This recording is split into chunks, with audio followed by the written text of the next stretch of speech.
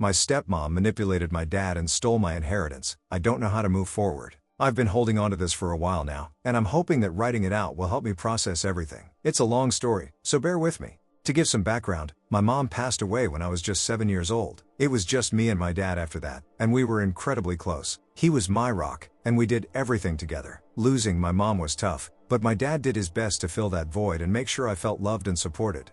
When I was 14, my dad met someone new, a woman I'll call S. She was everything you'd expect in a new partner. Warm, friendly, and very charming. She seemed to get along with everyone, and I was happy for my dad when they got married a year later. I thought it would be good for him to have someone by his side, especially after all those years of it just being the two of us. At first, S seemed like a decent person. She wasn't overly affectionate, but she wasn't mean either. We had a cordial relationship. She'd ask me about school, compliment me on my grades, and even take me out shopping sometimes. But we never had that close mother-daughter bond. I didn't mind at the time. I just wanted my dad to be happy. Things started to change a couple of years ago when my dad was diagnosed with cancer. It was aggressive, and from the start, the doctors weren't optimistic. I was devastated, and took a leave of absence from work to help care for him. But it was clear that S had already taken control of everything. His treatment, his finances, even decisions about who could visit and when. At first, I was relieved. Handling all the medical stuff was overwhelming, and S seemed to know what she was doing. But over time, I started noticing that I was being shut out. Whenever I tried to talk to my dad about his treatment or suggest something, S would cut me off, saying, "We've already discussed this," or "Your dad and I have decided." It was as if my opinion didn't matter. My dad, who had always been so independent, seemed to just go along with whatever S said. He was so tired, and I figured he didn't have the energy to fight, but something about it didn't sit right with me. I told myself that he was just trying to avoid stress, that he trusted S to make the right decisions. But a part of me couldn't shake the feeling that something was wrong. When my dad passed away about a year after his diagnosis, I was heartbroken. The grief was overwhelming, but what I wasn't prepared for was the mess that followed. A couple of weeks after the funeral, S asked me to come over to discuss my dad's estate. I wasn't worried. My dad had always been clear that he wanted to make sure I was taken care of. He'd told me multiple times that the house would be mine, that he wanted to leave me enough so I wouldn't have to worry. So when I sat down with S and her lawyer, I wasn't expecting what happened next. S handed me a copy of my dad's updated will, which she said he'd drawn up a few months before he died. In this new will, almost everything, his house, savings, and even personal items, was left to her. I was supposed to receive a small amount of cash and a few sentimental belongings, but that was it.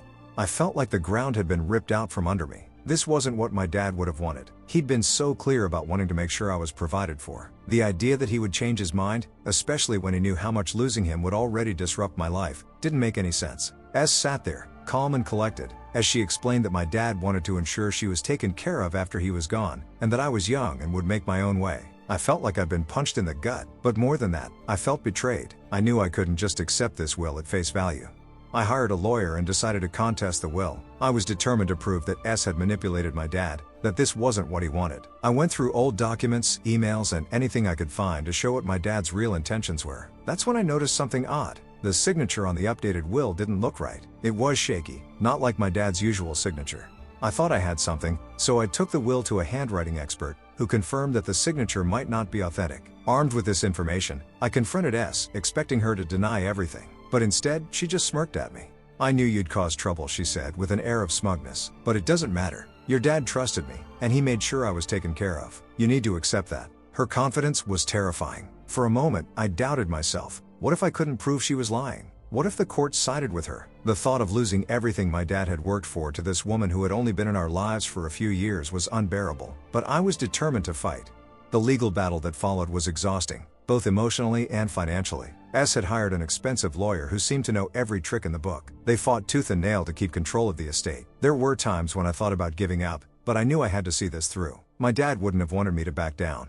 But as the case dragged on, I started to lose hope. The more I tried to prove that the will was a forgery, the more it seemed like I was hitting a brick wall. S's lawyer was good, really good, and they managed to poke holes in everything I brought to the table.